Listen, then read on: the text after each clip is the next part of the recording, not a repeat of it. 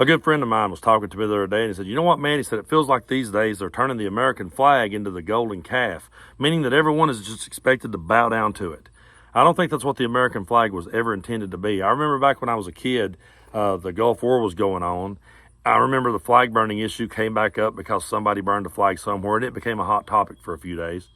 And I remember thinking about my grandfather, who was a World War II veteran, and how that must have really pissed him off. So I went to him and was talking about it, and I said, hey, did you see those people on TV that was burning the flag? I said, they ought to put those people in prison.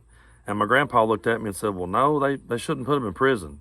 He said, now listen, I don't agree with it at all, and I wouldn't want it being done around me, and I wouldn't want to see you ever do something like that.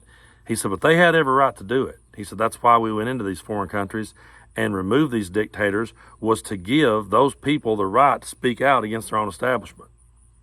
And that was a learning moment for me, and it was something that I took with me the rest of my life.